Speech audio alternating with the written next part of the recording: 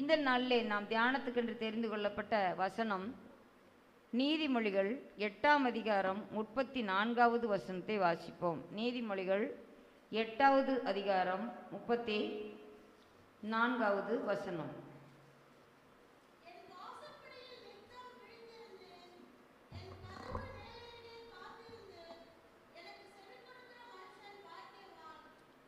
ஹல்லேலூயா. என் வாசற்படியில் நித்தம் விழித்திருந்து கதவு நிலையறையே காத்திருந்து எனக்கு செவி கொடுக்கிற மனுஷன் பாக்கியவான் என்று இந்த வசனத்திலே நாம் பார்க்கிறோம். நித்தம் ஆண்டவர் அதைத்தான் மிகவும் தேடுகிறார். நித்தமும் அது ஒரு ரெகுலர் இருக்கணும் அப்படின்னு சொல்றார். ஏதோ ஒரு நாள் அல்ல, ஏதோ மாதத்துக்கு ஒரு முறை அல்ல, வாரத்துக்கு ஒரு முறை அல்ல, தினமும் அவருடைய வாசற்படியில் நாம் காத்திருக்க வேண்டும். நம் வாசற்படியில் விழித்திருக்க வேண்டும், கதவு நிலையருகே காத்திருக்க வேண்டும் என்று சொல்லி ஆண்டவர் நமக்கு சொல்லுகிறார். ஹல்லேலூயா. இப்போ பாருங்க, அவங்க பாக்கியவான்கள் என்று சொல்லப்பட்டிருக்கிறது. இப்போ நம்ம ஆண்டவருடைய வாசற்படியில் நாம் என்ன செய்ய வேண்டும் என்று சொல்லியிருக்குது? விழித்திருக்க வேண்டும். நம்ம ஆண்டவராகிய இயேசு கிறிஸ்து பார்த்தீங்கன்னா என்ன சொல்லியிருக்கிறார்? வெளிப்படுத்தல் 3ஆம் அதிகாரம் அதில் பாருங்க 20வது வசனத்தில் என்ன சொல்லியிருக்குது? இதோ வாசற்படியிலே நின்று தட்டுகிறேன் அப்படின்னு சொல்றார். ஹல்லேலூயா. வாசற்படியில நின்று தட்டுகிறேன். அப்போ வாசற்படியில நின்று தட்டுகிறேன்னு என்னது? நம்ம இந்த வாசல் மட்டும் இல்லை, வீட்டின் வாசல் மட்டுமல்ல, நம்ம இதய அறைகளின் வாசல், இதயத்தின் வாசல். இதயம் கண்ணானது நம் சரீரத்தின் விளக்காக இருக்கிறது என்று பார்க்கிறோம். அது நமக்கு அது ஒரு வாசலாகவே காணப்படுகிறது. அதன் மூலமாகத்தான் என்ன செய்யுது? நம்ம பார்க்கக்கூடிய காரியங்கள், நாம் செய்யக்கூடிய காரியங்கள் எல்லாமே எதன் வழியாக உள்ளே செல்கிறது? கண்கள் மூலமாக தான் உள்ளே போகுது. அப்போது நம்ம கண்கள் என்ன செய்யணும்? அந்த வாசலை நித்தமும் நம்ம விழித்திருக்க வேண்டும் என்று அதில் சொல்லப்பட்டிருக்கிறது. நம்ம விஜிலன்ஸாக இருக்கணும். விஜிலன்ஸாக இருந்தால் தான் சில காரியங்கள் நம்ம என்ன செய்ய முடியும்? நம்ம தப்பித்து கொள்ள முடியும், ஜாக்கிரதைப்பட முடியும். அதிலிருந்து நாம் தப்பித்து கொள்ளும்படியான போக்கு நமக்கு கிடைக்கும். அதில் நாம் ஆசீர்வாதங்களை சுதந்திரித்து கொள்ள முடியும். நம்ம நித்தமும் விழித்திருக்கலேன்னு வைங்க, ஏதோ ஒரு நாள் ஆண்டவர் வருகிற நாளையும் நாளையையும் நம்ம அறியாமல் இருக்கிறோம். அப்போ அப்படி இருக்கும்போது நம்ம இன்னைக்கு தான் வருவார்னு சொன்னால், அன்னைக்கு இப்போ உங்கள் வீட்டில் ஒரு ஸ்தோத்திர கூட்டமோ இல்லை ஒரு கிறிஸ்மஸ் கேரல்ஸோ ஏதோ ஒன்று இன்னைக்கு வருவாங்கன்னு நமக்கு நல்லா தெரியும். கன்ஃபார்மாக டேட் முதல்ல சொல்லிடுறோம். அப்படி சொல்லும்போது எப்படி இருப்போம்? நம்ம எல்லாம் ஓரளவுக்கு நம்ம ஆயத்தமாக இருந்து நல்ல கருத்தாக அவங்கள வரவேற்கிறதுக்கும் வீட்டுக்கு வர்றவங்களுக்கும் உபசரிப்பதற்கும் ரெடியாக இருப்போம். ஆனால் அதே இது வருகிற நாளே நமக்கு தெரியல. திடீர்னு நம்ம போகிற ஒரு வீட்டுக்கு எப்படி இருக்கும்? ஐயோ திடுதுப்புன்னு வந்துட்டீங்களே, முன்ன சொல்லியிருந்தால் நான் எல்லாம் ஏற்பாடு பண்ணியிருப்பேனே அப்படின்னு சொல்லிட்டு அந்த இடத்துல சொல்கிறத நம்ம பார்ப்போம். ஆண்டவராகிய இயேசு கிறிஸ்துவும் கூட என்ன சொல்லியிருக்கிறார்? இதோ திருடனை போல வருகிறேன் அப்படின்னு சொல்லியிருக்கிறார். திருடன் யாருக்கு லெட்டர் போட்டெல்லாம் வரமாட்டான். யாராவது லெட்டர் போட்டு வர்றானா? இல்லை. திருட ஏதோ ஒரு நாள் அப்படியே வருவான். அப்போ அது மாதிரி நம்ம ஆண்டவராகிய இயேசு கிறிஸ்து அது மாதிரி சொல்லாமல் கொள்ளாமல் ஏதோ ஒரு நாள் வருவார். அப்போ வருகையை குறித்து நம்ம பார்க்கும்போது அது எவ்வளவு காலமாக எல்லா ஜனங்களும் அந்த காலத்துலேருந்தே என்ன செய்கிறோம்? இதோ சீக்கிரமாய் வருகிறேன், இதோ சீக்கிரமாய் வருகிறேன் அப்படின்னு சொல்லிட்டு ஆண்டவர் சொல்லியிருக்கிறார். ஆனால் சீக்கிரமாய் வருகிறேன் என்று சொன்னது அவர் இன்னும் ரட்சிக்கப்பட வேண்டும் என்று அநேகரை ஆண்டவர் தெரிந்து கொண்டிருக்கிறார். உலகத்தோற்றத்துக்கு முன்பாக அவங்களெல்லாம் இன்னும் எப்போ தெரிந்து கொண்டு அந்த நம்பர் எப்போ பூர்த்தி ஆகுதோ அப்போ ஆண்டவர் வருவார். ஹல்லேலூயா. ஏன்னா எந்த மனுஷனும் கெட்டு போகிறது நம்ம சித்தம் அல்லவே அல்ல.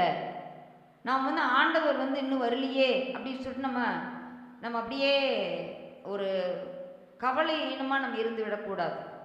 கவலை இல்லாத ஒரு பொறுப்பு இல்லாமல் நம்ம இருந்துடக்கூடாது. அதனால தான் இந்த இடத்துல இந்த வசனம் சொல்லுகிறது, என் வாசற்படியில் நித்தம் விழித்திருந்து என்று சொல்லி.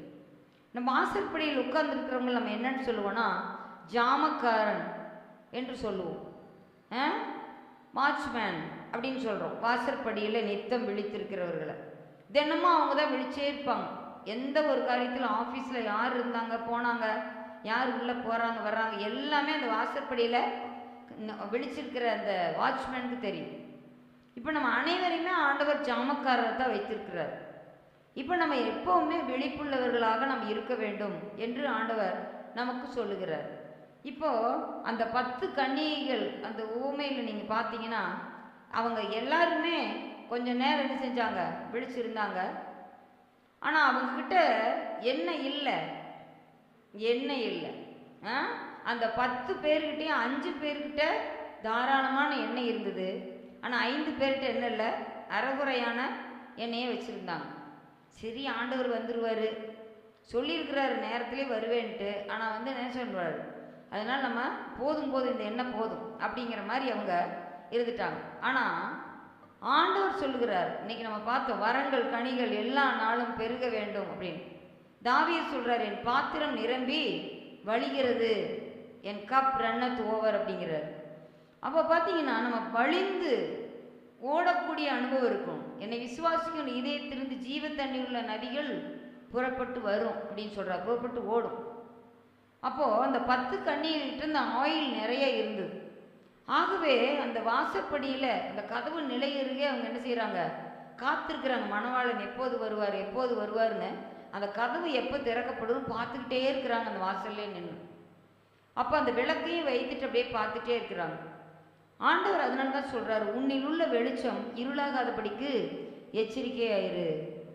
நம்ம என்றைக்குமே நம்ம ஆண்டவர் கொடுத்துருக்கிறாரு சிறிய வெளிச்சம், வசனம் என்கிற வெளிச்சத்தை கொடுத்துருக்கிறார்.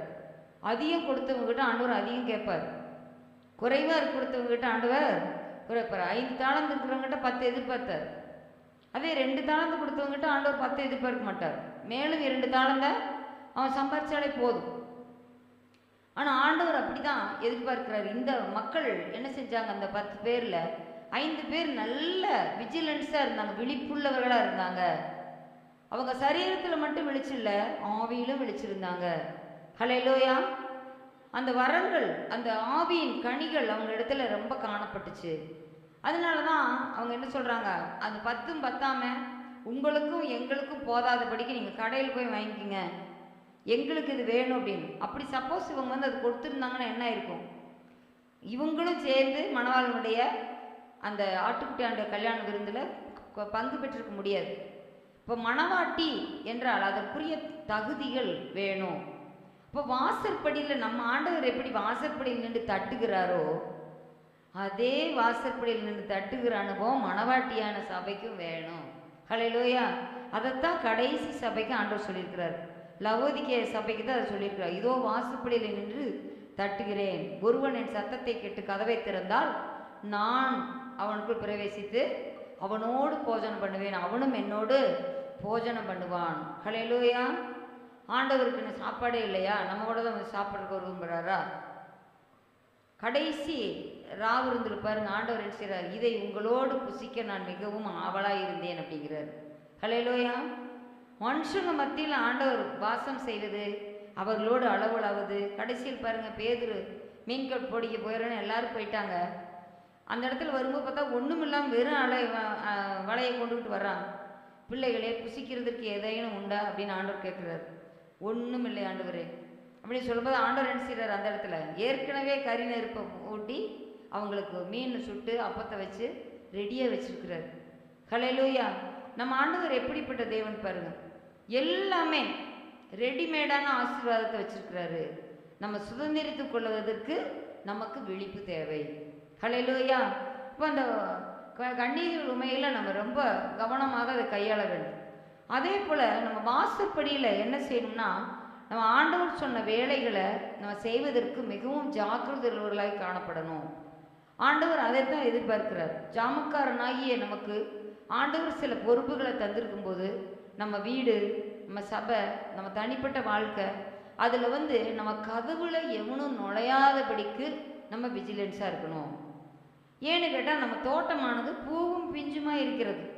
அதை கெடுக்க பார்க்கிற சிறுநரிகளும் குழிநரிகளும் நிறைய எட்டிட்டு பார்த்துட்டே இருக்கு, எப்படா உள்ள நுழையலாம். ஏன்னா சத்ருவானது எவனை விளங்கலாமோ என்று வகை தேடி சுற்றி திரிகிறான், சிங்கம் போல இருக்கிறான். அதே போல் இந்த சிறுநரி குழிநரியில் என்ன பண்ணுதுவான், அப்படியே குழியை தோண்டிக்கிட்டே அது வர்றதே தெரியாது, அப்படியே நைஸாக உள்ளே வந்துடும். சின்ன நரி, அதனால் அது தெரியாது இது நாயா நரியான்னு முதல்ல ஐடென்டிஃபை பண்ணணும் நம்ம. சரி சரி பக்கத்து வீட்டு நாய் தான், நம்மளுக்கு தெரிஞ்ச நாய் தான், வாழாட்டிட்டு தான் வரும் அதுவும். ஆனால் அது வாழை பார்த்தா நம்ம தெரிஞ்சுக்கணும். நரியோட வாளுக்கும் நாயோட வாளுக்கும் வித்தியாசம் இருக்குது. அப்போ நம்ம நரி எது நாய் எது நம்ம தெரிஞ்சால் தான் நம்ம உள்ள நம்ம தோட்டத்துக்குள்ளே அதை வந்து அடித்து துரத்த வேண்டியது எது அப்படிங்கிறத நம்ம தெரிஞ்சுக்குவோம். அப்போ பாருங்க இந்த இடத்துல அதை குளிநேரிகளையும் சிறுநேரிகளையும் பிடித்து அடியுங்கள் அப்படின்னு சொல்ல, பூவும் பிஞ்சுமா இருக்குது.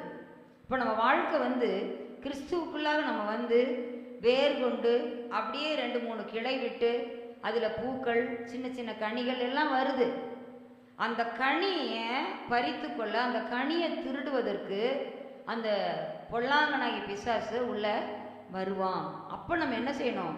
விஜிலன்ஸாக இருக்கணும், விழித்து கொண்டு இருக்க வேண்டும். தூங்கிட்டு இருந்த ஒரு நிமிஷம் தூங்கிட்டோம்னா என்ன ஆயிரும்? உள்ளே வந்துடும். உள்ளே வந்ததும் அவ்வளோ ஈஸியாக துரத்த முடியாது, அதுவே ரொம்ப தந்திரமானது.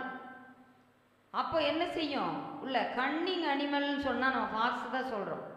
அப்போ பாருங்கள், அது உள்ளே வந்து எங்கேயாவது இடத்துல போய் ஒழிஞ்சுக்கும். அது எதையாவது ஒன்று கெடுதல் செஞ்சு தீமையை செஞ்சு அதுக்கப்புறம் தான் நம்ம தேடி பிடிச்சி அதை வந்து வெளியே துரத்துறதுக்குள்ளே நம்ம உள்ளே வந்து அப்படியே அது கூட நம்மளும் சுற்றிக்கிட்டே இருக்கணும், ஓடி ஓடி துரத்திக்கிட்டு இருக்க வேண்டிய சூழ்நிலை ஆயிப்பு.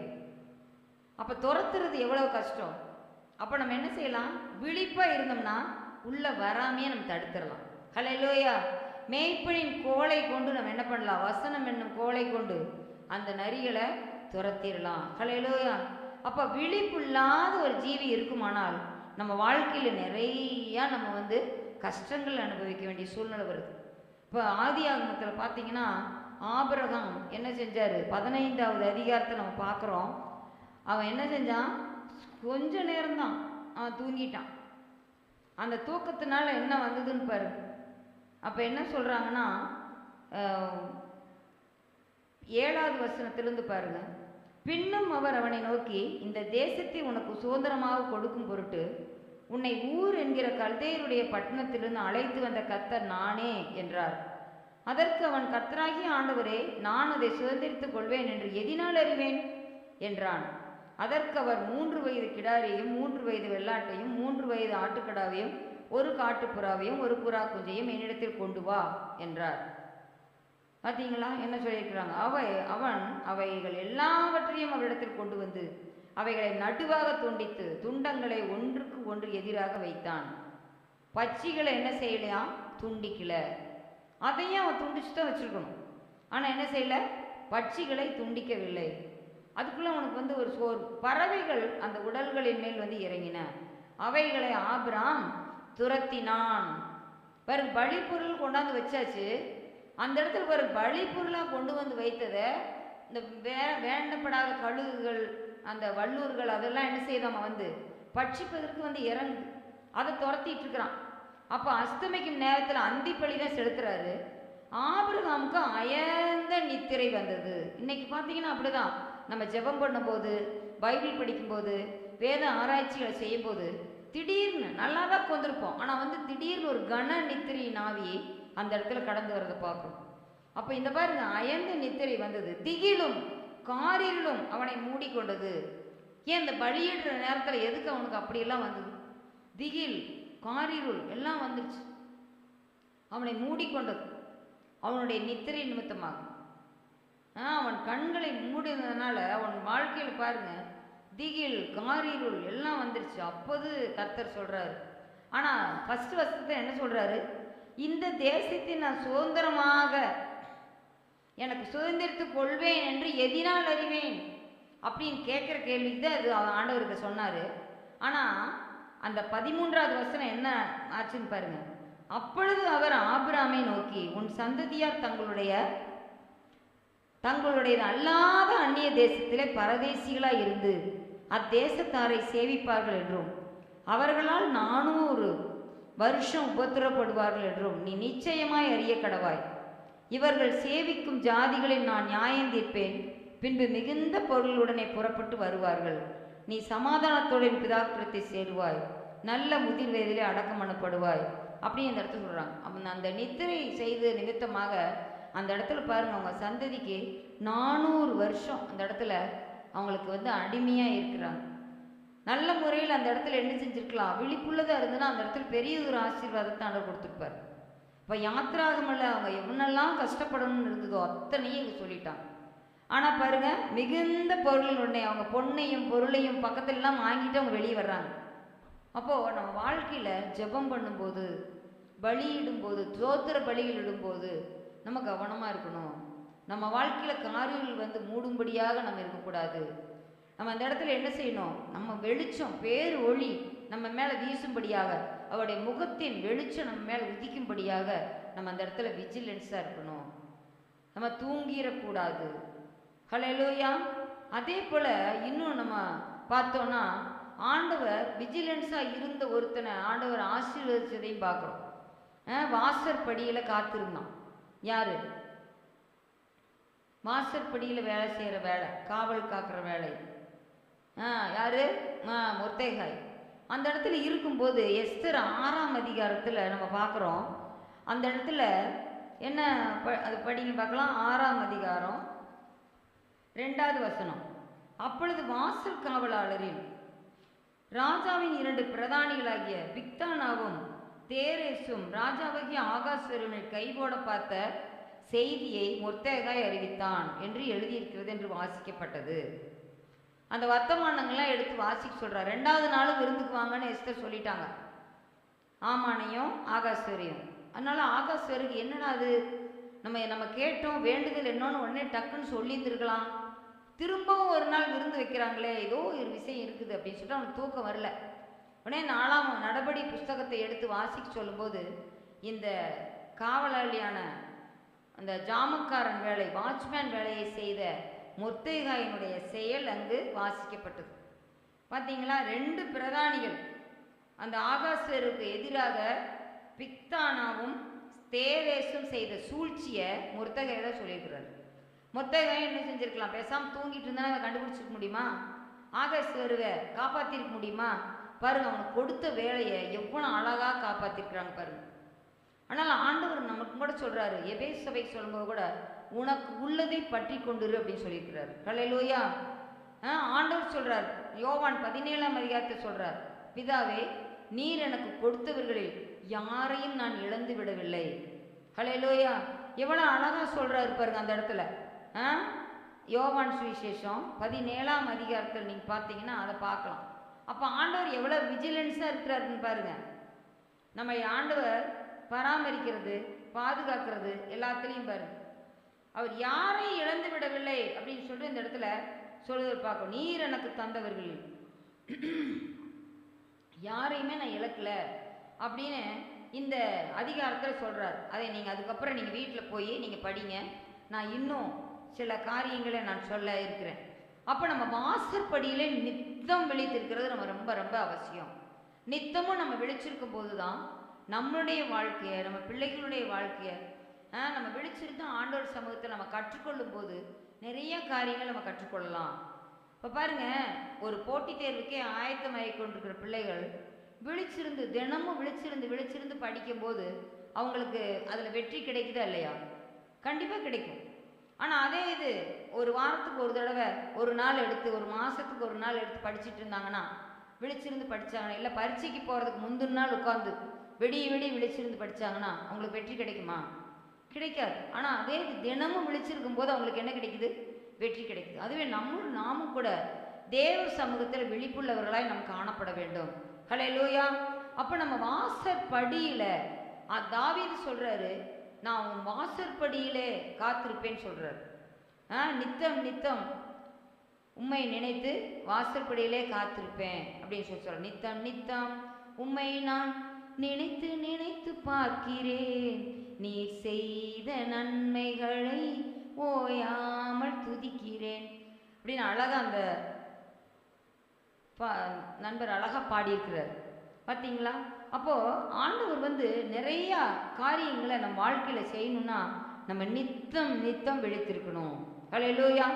நம்ம ஆண்டவராய் இயேசு கிறிஸ்து அப்படி விழிச்சிருந்தாரா அப்படின்னு பார்க்கும்போது, அவர் இரவு முழுவதும் ஆண்டவர் சமூகத்தில் உட்கார்ந்துருப்பார், பகல் முழுவதும் ஊழியம் செய்வார். ஹல்லேலூயா.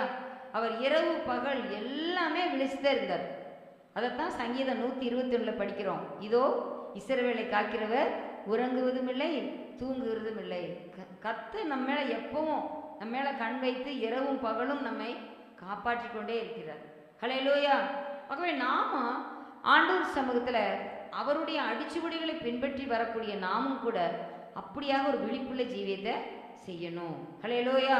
அதுக்கு முன்னால் உள்ள வசனங்களை பார்த்தீங்கன்னா என்ன சொல்லியிருக்குதுன்னா, நித்தம் அவருடைய மனமகிழ்ச்சியாக இருந்து அவருடைய சமூகத்தில் கலிகூர்ந்தேன் அப்படின்னு சொல்லிட்டு அந்த இடத்துல சொல்லப்பட்டிருக்கிறது. பாருங்க, அவர் வானங்களை படைக்கீழ் அங்கே இருக்கிறாரு. உலக தோற்றத்துக்கு முன்பிருந்தே அப்படி இருக்கிறார். இயேசுவானவர் இந்த உலகத்தில் 2024 ஆண்டுகளுக்கு முன்னால் பிறந்து அதிலிருந்து தான் ஆண்டவர் பிதாவோடு விழிச்சிருந்தாரு அப்படின்ட்டு இல்லை. 33 காலம் அளவு தான் பிதாவோடு நித்தம் விழிச்சிருந்தாலும் உலக தோற்றத்துக்கு முன்பாகவே. பாருங்க, நான் அவர் அருகே 30வது வசனம் 8:30, நான் அவர் அருகே செல்ல பிள்ளையா இருந்தேன், நித்தம் அவருடைய மனமகிழ்ச்சியா இருந்து எப்பொழுதும் அவர் சமூகத்தில் கலிகூர்ந்தேன். ஹல்லேலூயா. இதை நம்ம இங்கிலீஷ் பைபிளில் வாசிக்கும் போது டெய்லி டிலைட் அப்படின்னு சொல்லிட்டு போட்டிருக்கு. டெய்லி டிலைட், நித்தமும் மனமகிழ்ச்சியா இருப்பது.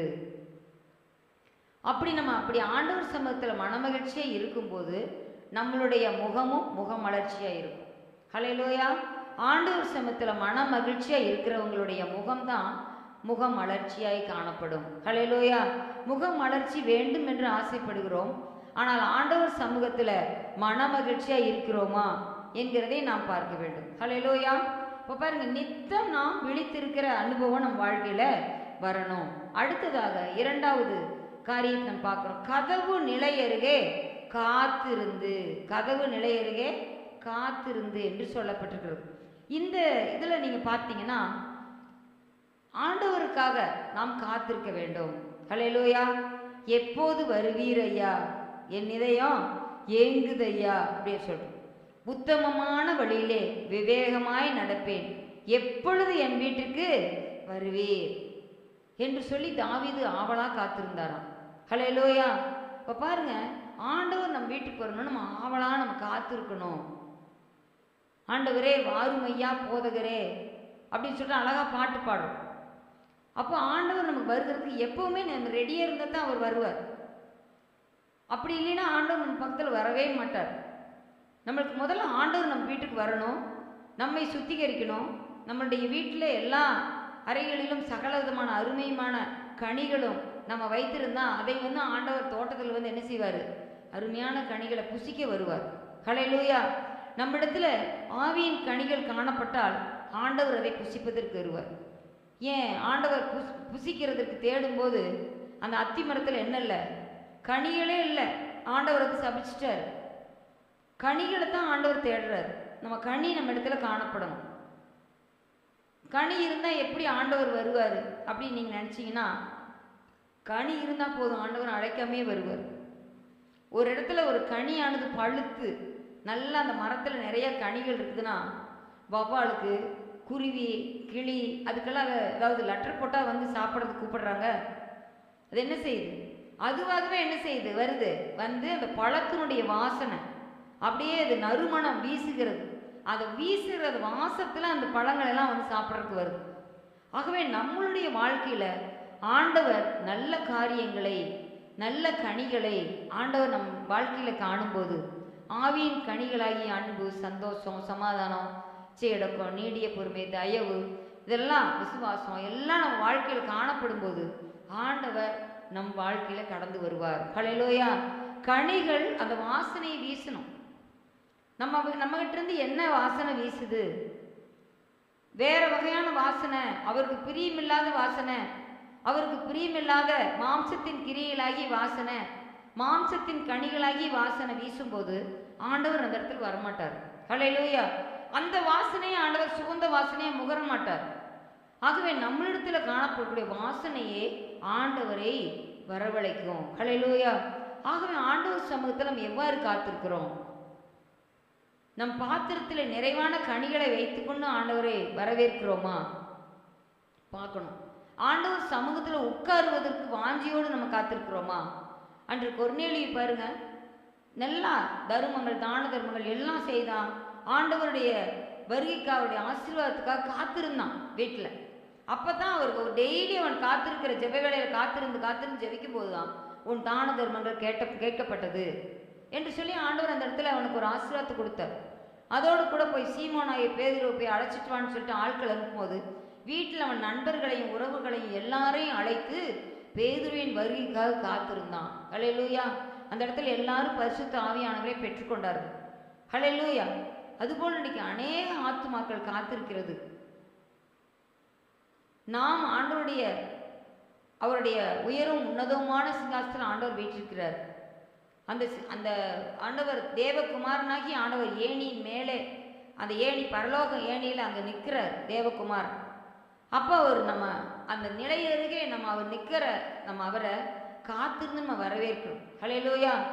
ஒருவர் நம்ம ஃபாரின்லேருந்து ஒருத்தர் நம்ம வீட்டுக்கு ஃப்ளைட்லேயோ இல்லை ட்ரெயின்லேயோ ஏதோ ஒரு இடத்துல வர்றாங்கன்னு வைங்க, என்ன செய்வோம்? அவங்க கொஞ்ச நேரம் அவங்கள காக்க வச்சு இருங்க, ஒரு அரை மணி நேரத்தில் நாங்கள் அங்கே ரீச் ஆயிடுறோம் அப்படின்னு சொல்லுவோமா? இல்லை 1 மணி நேரத்துக்கு முன்னாலே நம்ம போய் அங்கே காத்திருப்போமா? காத்திருந்து நம்ம ரிசீவ் பண்ணி வரைச்சிட்டு போவோம், அழைப்போம். நம்மளுக்கு யாராவது ஒரு ரொம்ப வேண்டப்பட்ட உறவினர்கள் வந்தால் என்ன செய்வோம்? வாசலை எத்தனை தடவை எட்டி பார்ப்போம். எட்டி பார்த்துட்டே போவோம். நம்ம பிள்ளைகளுக்கு சொல்லுவோம், நீ இங்கேயே இரு, முன்னாலேயே. அவங்க தூரத்துலேருந்து வரும்போதே சொல்லு. நாங்களும் முன்னால் என்ன செய்கிறோம்? நாங்களும் வணக்கம் போட்டு அவங்கள வரவேற்கிறோம். காத்து இருப்போம். இப்போ ஆண்டவராக இயேசு கிறிஸ்துக்கு ஏன் நம்ம காத்திருக்கல? அப்போ நித்தமும் காத்திருக்கணும்னு சொல்கிறார். 1 நாள் 2 நாள் இல்லை, நித்தமும் அவர் கதவு நிலையருகே காத்திருக்க வேண்டும். ஹல்லேலூயா. அப்போ ஆண்டவர் அந்த கதவு வழியாக என்ன செய்வார்? வருவார்.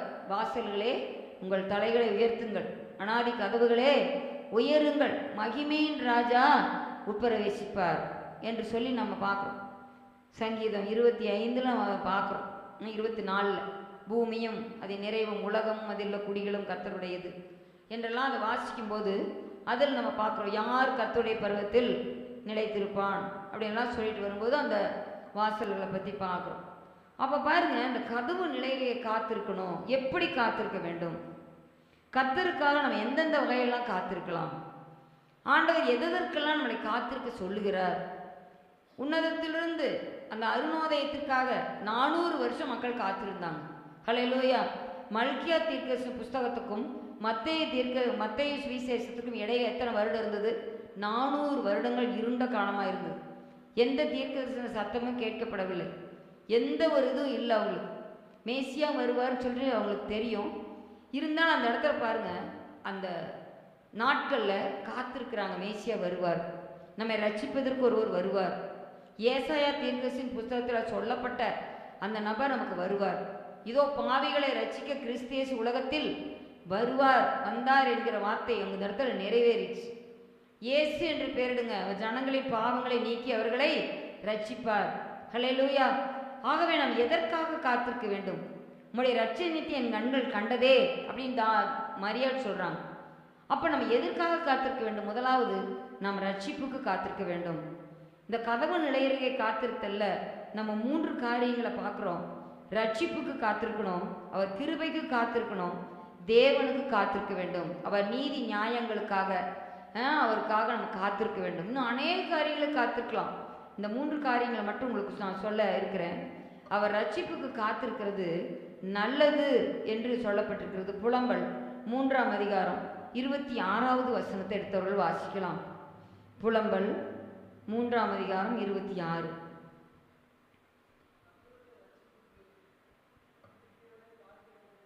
ஹல்லேலூயா. எப்படி காத்திருக்கணுமா? நம்பிக்கையோடே காத்திருக்க வேண்டும். ஹல்லேலூயா. அப்ப காத்திருக்கிறது நல்லது.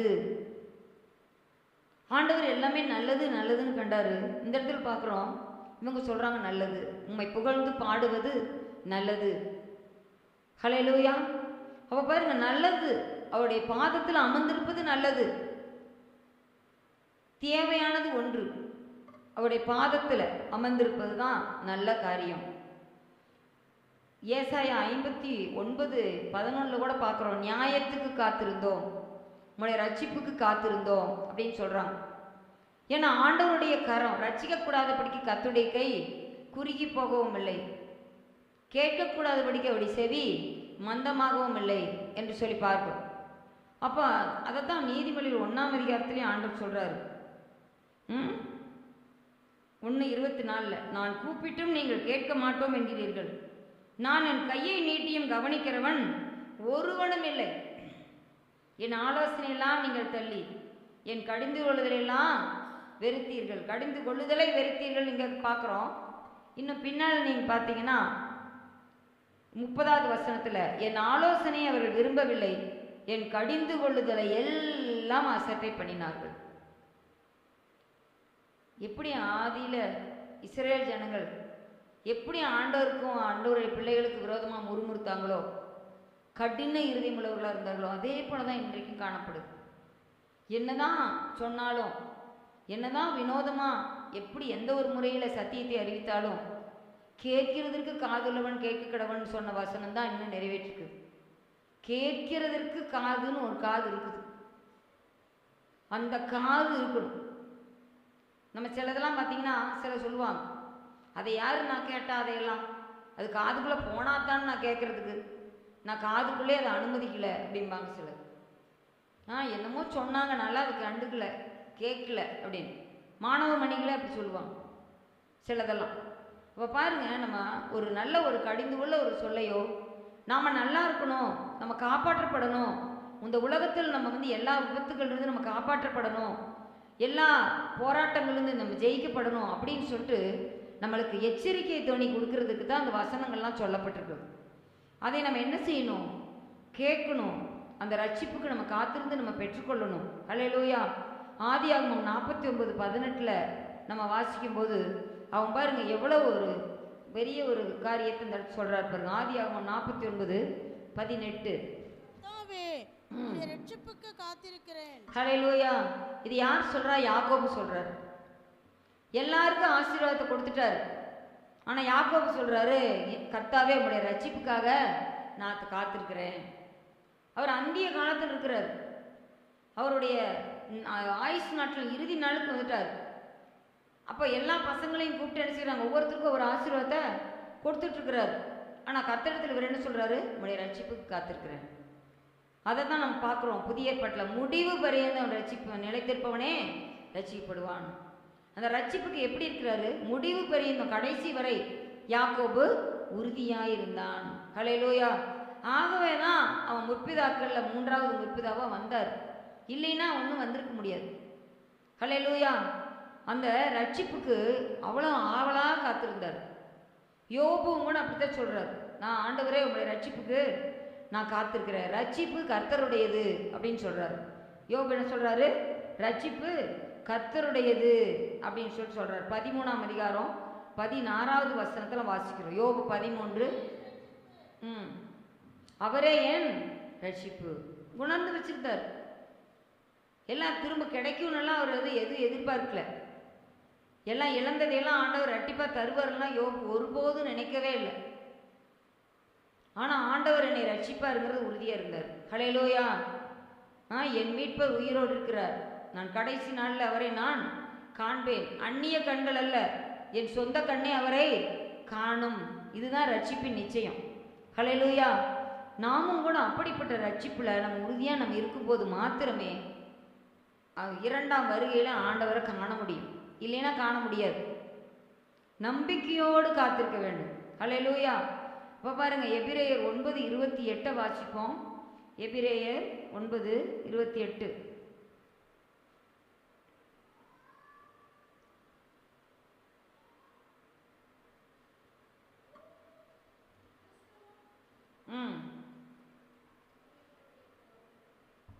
படிங்க. ஒரே தரம் பலியிடப்பட்டு தமக்காக காத்து கொண்டிருக்கிறவர்களுக்கு ரட்சிப்பை அருளும்படி 2ஆம் தரம் பாவம் இல்லாமல் தமக்காக காத்து கொண்டிருக்கிறவர்களுக்கு என்ன தராராம்? ரட்சிப்பு. ஹல்லேலூயா. நம்ம கதவு நிலையருகே அவர் நல்ல முறையில் அவருக்காக காத்திருக்கும் போது மாத்திரமே அந்த ரட்சிப்பை என்ன செய்ய பெற முடியும். ஏன்னு கேட்டால் ஆண்டவர் அந்த கதவு வழியாக தான் 2ஆம் வருகையில் வெளியே வர்றாரு. நீதி நியாயம் விசாரிக்கிறதுக்கு நியாயத்தில் உட்கார்றாரு. அவனவன் செய்யத்தக்க கிரியைக்கு பலனை நான் கொண்டு வரேன்னு சொல்கிறார். அந்த ரட்சிப்பை ஆண்டவர் அப்போ தான் தருவார். ஹல்லேலூயா. செம்மறியாடுகளையும் வெள்ளாடுகளையும் பிரிப்பது போல ஆண்டவர் பிரித்து வச்சிருக்கிறார். அப்போ நான் செம்மறியாட்டு கூட்டத்தில் நம்ம இருக்கிறோமா அப்படிங்கிறத நமக்கு தெரியணும். வலது பக்கத்தில் இருக்கிறோமா அப்படின்னு பார்க்கணும். வலது பக்கத்தில் இருக்கிறவர்களை பார்த்து சொன்னார், பூமி உலக தோட்டத்துக்கு முன்னே உங்களுக்காக ஆயத்தம் பண்ணப்பட்ட இடத்தை நீங்கள் சுதந்திரித்துக் கொள்ளுங்கள் ஆண்டவர் சொன்னார். ஹல்லேலூயா. அப்படிப்பட்ட ஒரு காத்திருக்க இருக்கும்போது மாத்திரமே நமக்கு ரட்சிப்பு கிடைக்கும். ஹல்லேலூயா. இந்த ரட்சிப்பு பார்த்தீங்கன்னா எப்படிப்பட்ட ரட்சிப்பாக இருக்குது அப்படின்னு பார்க்க சங்கீதம் 91:16 பார்க்குறோம். நீடித்த நாட்களால் உன்னை திருப்தியாக்கி என் ரட்சிப்பை உனக்கு காண்பிப்பேன். ஹல்லேலூயா. ரட்சிப்பு காட்டு வராம். ஹல்லேலூயா. நீடித்த நாட்களால் நான் உன்னை திருப்தியாக்கி, கர்த்தருடைய வழியில் நடக்கும்போது அவர் எனக்கு போதுமானவர், அவர் எந்த மகா வறட்சியான காலத்திலும் என்னை நடத்துவார் அப்படின்னு ஆண்டவருக்காக யாரெல்லாம் காத்திருக்கிறாங்களோ, எது அழிஞ்சு போனாலும் சரி ஆண்டவருடைய வார்த்தை அழியாது. அவர் என்னை முற்றுமுடிய காப்பாற்ற வல்லமை உள்ளவராக இருக்கிறார். உன் பக்கத்தில் 1000 பேர் வலதுபத்தில் 16 பேர் விழுந்தாலும் என்னை அணுகாதுன்னு சொல்லியிருக்கிறாரே. அப்படிப்பட்ட தேவனை நான் நம்புறேன்னு யார் இருக்கிறாங்களோ அவங்களுக்கு நீடித்த நாட்களால் திருப்தியாக்கி அவருடைய ரட்சிப்பை காட்டுறாராம். ஹல்லேலூயா.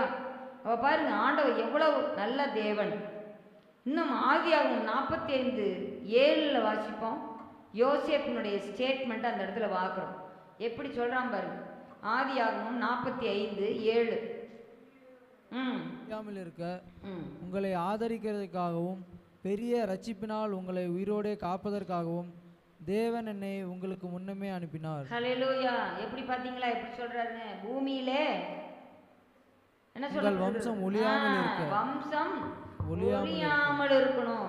இல்லைன்னா நான் மட்டும் இந்த இடத்துல ஆண்டவர் என்னை ரட்சகனா இந்த எகிப்து தேசத்துக்கு என்னை உங்களுக்கு முன்னாலேயே என்னை அனுப்பலினா அவ்வளவுதான், நம்ம வம்சம் என்ன செஞ்சிருக்கோம்? அழிஞ்சு போயிருக்கோம், இருந்திடம் தெரியாம போயிருக்கோம் அப்படின்னு சொல்லிட்டு இந்த இடத்துல அழகா சொல்றார். பூமியிலே வம்சம் அழிஞ்சிடக்கூடாது. அடுத்ததாக என்ன வாசிக்கணும்? அது அதுக்கடுத்த பாயிண்ட் சொல்லுங்க. உங்களை உங்களை ஆதரிக்கணும். ஆதரவு கோல் யோசேப்பு தான் அவங்களுக்கு எல்லாரும் குடும்பத்துக்கே யாரு? ஆதரவு கோல். மோசே எப்படி இஸ்ரேல் ஜனங்களுக்கு எல்லாம் ஒரு ஆதரவு கோலா இருந்தாரோ அது மாதிரி யாக்கோபனுடைய அந்த சகோதரர் அந்த பிள்ளைகளுக்கெல்லாம் யாரு ஆதரவா இருந்தா? யோசேப். பார்த்தீங்களா எவ்வளோ அழகா சொல்றார். ஆதரிக்கிறதுக்காக, பெரிய ரட்சிப்பினால் உங்களை உயிரோடே காப்பதற்காகவும், வம்சம் ஒழியக்கூடாது, ஆதரவு, ரட்சிப்பு, உயிரோடே காப்பதற்கு தேவன் உங்களுக்கு முன்னால் என்னைய அனுப்பிச்சு வச்சிருக்கிறாரு. ஹல்லேலூயா. ஜீவ ரச்சனை செய்யும்படிக்கு ஆண்டவர் அனுப்பியிருக்கிறாரு. ஹல்லேலூயா. அப்போ எப்பேற்பட்ட ஆண்டவர் பாருங்க அந்த இடத்துல. ஆகவே நம்மையும் கூட ஆண்டவர் ஒரு இடத்துல வச்சிருக்கிறாருன்னா நம்ம ஜீவ ரச்சனை செய்யணும், அநேகரை ரட்சிப்புக்கு நேராக வழி நடத்தணும், பாவிகளை ஆண்டவர் சமூகத்தில் மனம் திரும்ப அழைக்கணும்.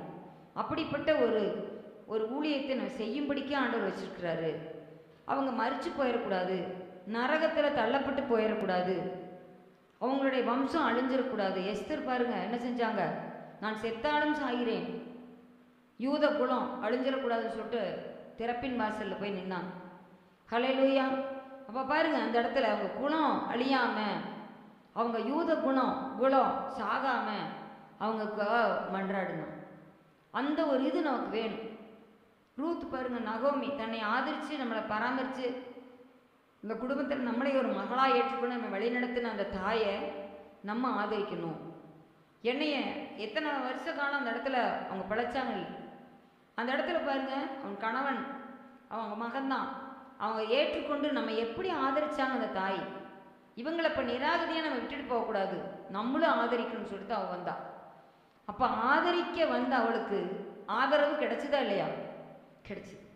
ஆதரிக்க வந்த அவள் ஆதரவாளராகி இயேசுவை அவள் அண்டி கொண்டதுனால, அவருடைய அடைக்கலத்துக்குள்ளாக வந்ததுனால அவளுக்கு பெரிய நிறைவான பலன் ஆண்டவர் கொடுத்தாரு. ஹல்லேலூயா. அப்போ பாருங்க அவள் வம்சம் அழியல, அவங்க மக்களும் கிளியும் அவங்களுடைய சந்ததி ஒளிஞ்சே போயிருக்கும், நகோமியினுடைய சந்ததியே அறுபட்டு போயிருக்கும். ஆனால் ரூத்தினுடைய மூலமாக என்ன செஞ்சாங்க? அந்த சந்ததி திரும்ப வந்தது. அந்த சந்ததியிலிருந்து யார் வந்தா? ஆண்டவராய் இயேசு கிறிஸ்து பிறந்தார். அவன் மீட்பின் திட்டம் எப்படி இருக்குன்னு பாருங்க. ஹல்லேலூயா. அப்போ பாருங்க, நம்ம ஆண்டவரை நம்ம அண்டிக் கொள்ளும்போது ஆண்டவர் நம் மூலமாக பெரிய காரியங்களை செய்கிறார். இன்னும் யாத்திராகமம் 14:13 அவன் வாசிக்கும்போது, இஸ்ரவேலருக்கு மோசே என்ன ரட்சகன ஆண்டவர் எழுப்பி மிகப்பெரிய ஒரு ரட்சிப்பை பார்வோனின் கையிலிருந்து அவர்களை மீட்டெடுத்து கொண்டு வந்தார் என்று நம்ம பார்க்கிறோம். அடுத்து நியாயாதிபதிகள்லாம் நம்ம வாசிக்கும்போது ஒத்னியேல், தெபோரால், ஷம்கார், எப்தா, கிதியோன், சிம்சோன், இது மாதிரி நிறைய நியாயாதிபதிகளை அந்த இடத்துல ஆண்டவர் வச்சிருந்தார். அவங்க எல்லாருமே பார்த்தீங்கன்னா ஒரு ரட்சகர்களாக எழும்பி நின்னாங்க. அப்போ பாருங்க, அந்த ரட்சிப்பு அவங்க மூலமாக தான் அங்கே வந்தது. அவங்க யார் மூலமாக அந்த ரட்சிப்பு கொடுத்தாங்க? ஆண்டவருடைய கரத்திலிருந்து அந்த ரட்சிப்பை இவர்கள் பெற்று அந்த பலத்தினால அந்த மக்களை, இஸ்ரேல் ஜனங்களை ரட்சித்தாங்க. ஹல்லேலூயா. பாருங்க, கிதியோன் மீதியானிலிருந்து அந்த மக்களுக்கு ரட்சிப்பு கொடுத்தார். அதில் சிம்சோன் பெலிஸ்தரை கொன்றான். அதே போல் இன்னும் தெபோரால், பாராக் அவங்க சிசராக என்ன செஞ்சாங்க? மேற்கொண்டாங்க. அது மாதிரி ஒவ்வொருவரும் அவங்கவுங்க காலத்தில் அவங்க ஜெயம் பெற்று அவங்க வந்ததை பார்க்குறோம். ஹல்லேலூயா. அப்படியே பாருங்க, நியாயாதிபதி காலத்தில் ரட்சகர்கள் எழும்புனாங்க. இப்போ நம்ம ரட்சிப்புக்காக நாம் காத்திருக்க வேண்டும் என்று சொல்லி தான் இந்த இடத்துல பார்க்குறோம். அவங்கெல்லாம் அந்த ராஜாக்களை நம்பி இருந்தாங்க, நியாயாதிபதிகளை நம்பி இருந்தாங்க, தீர்க்கதரிசிகளை நம்பி இருந்தாங்க. அவங்களுடைய சொல்ல அப்படியே கேட்டு அதன்படி நடந்தாங்க. அதனால தான் அவங்க என்ன செஞ்சாங்க? வாழ்க்கையில் வெற்றி பெற்றாங்க. ஹல்லேலூயா. அவங்கெல்லாம் யாரை நம்பி இருந்தாங்க? இஸ்ரவேலின் தேவன், ஆபிரகாமின் தேவனை, ஈசாக்கின் தேவனை, யாக்கோபின் தேவனை அவர்கள் தஞ்சமாக கொண்டிருந்தாங்க. கிதியோன் அதை தான் கேட்குறாரு, இப்படியெல்லாம் நீங்கள் எதுனா எங்கள் முன்னோர்கள் வாழ்க்கையில் இப்படியெல்லாம் நடந்திருக்குமா? நீர் எங்களோட இருந்தால் இப்படியெல்லாம் நடக்குமா அப்படின்னு தான் கிதியோன் கேட்குறாரு. அவள் பாரு, இந்த இடத்துல ஆண்டவர் பெரியதொரு ரட்சிப்பு கொடுக்குறாரு. எஸ்தர் புத்தகத்தில் 4:14 யூதருக்கு ரட்சிப்பு கொடுக்குறாரு.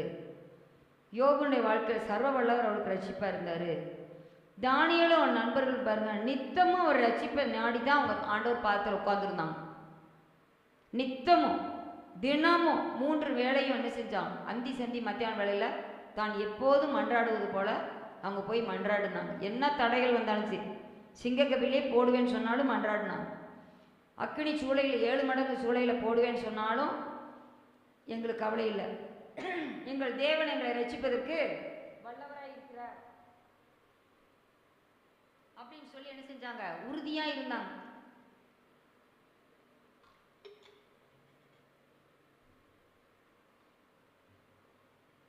அதனால நம்ம பார்க்குறோம் இந்த இடத்துல அவர்களெல்லாம் எப்படி இருந்தாங்க பாருங்க. நித்தமும் அவங்களாம் தினமும் ஆண்டவரை தேடின பிள்ளைகள். ஒவ்வொரு காரியத்திலையும் தினமும் அனுதினமும் யோபெல்லாம் பலி செலுத்துவான்னு சொல்லுவாங்க. அதே போல் தேவனுடைய பிள்ளைகள் அவங்க எல்லாருமே அனுதினமும் ஆண்டவரை தேடினாங்க, அனுதினமும் ரட்சிப்புக்காக காத்திருந்தாங்க.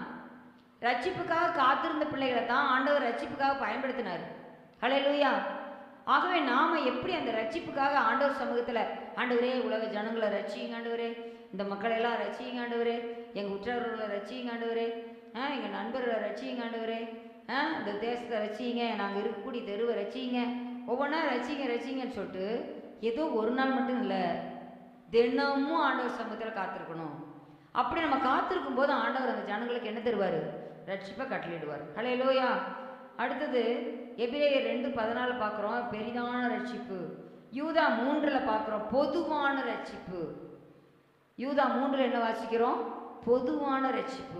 இந்த ரட்சிப்பானது ஏதோ இஸ்ரேல் ஜனங்களுக்கு மட்டுமல்ல, யூதருக்கு மட்டுமல்ல, எபிரேயருக்கு மட்டுமல்ல, இஸ்ரேல் ஜனங்களுக்கு மட்டுமல்ல, உலகத்தில் வாழ்கிற அத்தனை ஜனங்களுக்கு இந்த ரட்சிப்பு பொதுவானது. ஹல்லேலூயா. இதோ உலகத்தின் பாவத்தை சுமந்து தீர்க்கிற தேவ ஆட்டுக்குட்டின்னு தான் யோவான் சுவிசேஷத்தை நம்ம வாசிக்கிறோம். யோவான் அப்படித்தான் சொல்றாரு, அவர் உலகத்தின் பாவத்தை சுமந்து தீர்க்கிற தேவாட்டுக்குட்டி. அந்த வசனம் ஒன்னே போதும். தேவன் இந்த உலகத்தில் இருக்கிற அனைத்து ஜீவராசிகளுக்காகவும் ஆண்டவர் மரிச்சிருக்கிறாருன்னு சொல்றது. தேவ ஆட்டுக்குட்டியாக மரிச்சிருக்கிறாரு. அதனால தான் தாவீது சொல்லிட்டார் ஒரே வார்த்தை, சுவாசம் உள்ள யாவும் கர்த்தரை துதிப்பதாக. கடைசியில் முடிச்சிட்டார். யாருக்கெல்லாம் சுவாசம்னு ஒன்று இருக்குதோ அவங்கெல்லாம் துதிச்சு தான் ஆகணும். ஹல்லேலூயா. இப்போ வெளியே வேறு நம்பிக்கை உள்ள மக்களுக்கும் சுவாசம் இருக்குது, ஆனால் அவங்கக்கிட்ட என்ன இல்லை? விசுவாசம் இல்லை. அதுதான் அவங்க இன்னும் ஆண்டவரை பற்றி கொள்ளாமல் இருக்கிறாங்க. சுவாசம் இருக்குது, ஆனால் என்ன இல்லை? விசுவாசம் இல்லை. அந்த விசுவாசம் அவங்களுக்கு வர்றதுக்காக நம்ம ஜெபம் பண்ணணும். ஹல்லேலூயா. அடுத்தது பாருங்க, என்ன சொல்லப்பட்டிருக்கிறது? ஆண்டவர் 1000 தலைமுறைகளுக்கு ஆண்டவர் என்ன செய்றாராம்? இரக்கம் பாராட்டுகிற தெய்வமாக இருக்கிறார். அதனால் நம்ம ரொம்ப ஜாக்கிரதை உள்ளவர்களாக நாம் காணப்பட வேண்டும். இன்னும் அந்த ரட்சிப்புக்காக காத்திருக்கிற ஜனங்களை ஆண்டவர் என்ன செய்கிறாருன்னா, ஏசாயா 49:23 வாசிக்கிறோம். அவர் ரட்சிப்புக்காக காத்திருக்கிறவர்களுக்கு வெட்கமே அடைவதில்லை. நம்ம இவ்வளோ நாள் காத்திருந்தோமே அப்படி சொல்லிட்டு ஆண்டவர் நம்மளுக்கு வழங்காமல் இருக்க மாட்டார். அவருடைய வசனம், நான் சொல்லியும் செய்யாதிருப்பேனோ, நான் வசனித்தும் நிறைவேற்றாதிருப்பேனோ அப்படின்னு சொல்கிறார். அவர் சொன்னதை செய்கிறவர், வாக்குத்தத்தம் செய்கிறவர், அந்த வாக்குத்தத்தை நிறைவேற்றவும் வல்லவர். ஹல்லேலூயா. பார்த்தீங்களா எப்படி ஆண்டவர் சொல்லியிருக்கிறார் பார்த்தீங்களா? ஆகவே அந்த ரட்சிப்புக்கு காத்திருக்கிறவர்கள் வெட்கப்பட்டு போவதில்லை. இன்னும் சங்கீதம் 37:9 வாசிக்கும் போது, அந்த ரட்சிப்புக்கு காத்திருக்கிறவர்கள் பூமியை சுதந்திரித்துக் கொள்வார்கள். ரட்சிப்புக்கு காத்திருக்கிறவங்க என்ன செய்வாங்க? பூமியை சுதந்திரித்துக் கொள்வார்கள். காத்திருந்தால் நம்ம பெற்றுக்கொள்ளலாம், இல்லைன்னா கிடையாது. 147 சங்கீதம் 11 கர்த்தர் அந்த ரட்சிப்புக்காக காத்திருக்கிறவர்கள் மேலே பிரியமாய் இருக்கிறார். ஹல்லேலூயா. அவர் வாசல் அருகே, அவர் நிலை அருகே நம்ம ரட்சிப்புக்காக காத்திருந்தோம்னு வைங்க, ஆண்டவர் நம்ம மேலே ரொம்ப பிரியமாக இருப்பார். ஏசாயா 40:31 வாசிக்கிறோம். இதோ கழுகுகளை போல கர்த்தருக்கு காத்திருக்கிறவர்களோ புது பலன் அடைவார்கள். அவர்கள் கழுகுகளைப் போல செட்டைகளை அடித்து உயர எழும்புவார்கள் என்று சொல்லி வேதம் சொல்லுகிறது. ஹல்லேலூயா. அப்படியா பாருங்க, புது பலன் கிடைக்குது. மோசே எல்லாம் பாருங்க, 40 நாள் 3 தடவை போய் ஆண்டவர் சமூகத்தில் காத்திருந்தார். சினாய் மலையில் காத்திருக்கும்போது அவருக்கு என்ன கிடைச்சிது? புது பலன். 2 கற்பலகைகளை தூக்கிட்டு மேலே கீழே இறங்குறார். கீழே இறங்குறது ரொம்ப ஈஸி, அது என்ன சுலபம் தானே நம்ம நினைக்கலாம். ஆனால் திரும்ப அந்த கற்பலகை போட்டு உடச்சிடுறாரு பாருங்க. அப்போ ஆண்டவர் மோசேக்கு சொன்ன கட்டளை என்ன? இதே மாதிரி 2 கற்பலகையை நீ செதுக்கி எடுத்துக்கிட்டு மேலே ஏறி வா, உனக்கு திரும்பவும் தரேங்கிறார். அந்த கற்பலகையை தூக்கிட்டு இறங்கினவன் உடச்சதுக்கு அவனுக்கு பனிஷ்மெண்ட் என்ன? இங்கிருந்து நீ செஞ்சு மேலே தூக்கிட்டு வா. ஹல்லேலூயா. ஆண்டவர் நம்ம கொடுக்கக்கூடிய ஆசீர்வாதங்களை, லேசாக கிடைச்ச ஆசீர்வாதத்தை நம்ம அசட்டை பண்ணணும்னா, அந்த ஆசீர்வாதத்தை திரும்ப பெறுகிறதுக்கு நம்ம எவ்வளோ கஷ்டப்பட்டு கிரையப்பட்டு நம் கிரையும் செலுத்தி தான் பெற்றுக்கொள்ள முடியும். ஹல்லேலூயா. அது இந்த மோசேலிருந்து நமக்கு தெரிஞ்சுக்கலாம். அவள் பாருங்க, அவன் அங்கே போய் காத்திருந்தான். அவன் முகங்க மட்டும் பிரகாசம் அடையல, அவன் கண்களின் ஒளியும் அவனுக்கு பிரகாசத்தை தந்தார். கண்களின் ஒளி இருதயத்தை பூரிப்பாக்கும், நற்செய்தி எழுப்புகளை புஷ்டியாக்கும். நீதிமொழியில் வாசிக்கும். அப்போ கண்களின் ஒளி கடைசி வரைக்கும் அவன் அந்த ஒளியை அனுபவிச்சான். பார்த்தீங்களா? கண் நல்லா தெரிஞ்சுன்னா ரொம்ப சந்தோஷம் நமக்கு. ஒரு பொருள் நமக்கு தெரியும். இந்த கண்ணாடி கழட்டிட்டோம்னா, எனக்கு இந்த எழுத்து அவ்வளோக்கா ரீடிங் கிளாஸு, அதனால் எழுத்து அவ்வளோ கிளியராக தெரியாது. அந்த கண்ணாடி போட்டால் அப்பாடா இப்போ தான். கண்ணாடி ஒரு நாள் எங்காவது வச்சுட்டு தேடினோம்னா எவ்வளோ கஷ்டப்படுறோம்.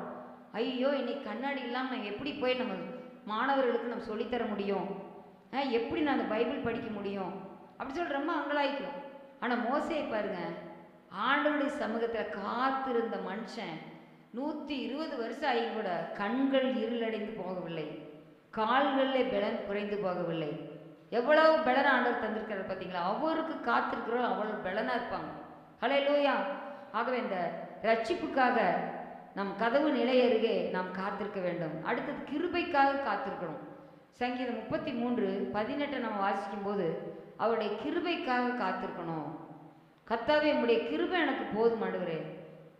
பவுல் சொன்னார், அப்பா என்னோட இந்த பலவீனம் என்னை விட்டு நீங்கட்டும் அப்படின்னு கேட்கும்போது ஆண்டவர் சொன்னார், இல்லை இல்லை, அந்த பலவீனத்தில் என் கிருபை பூரணமாக இருக்குன்னு சொல்லிட்டார். பூரணமான my grace is sufficient for யூன்னு சொல்லிட்டார்.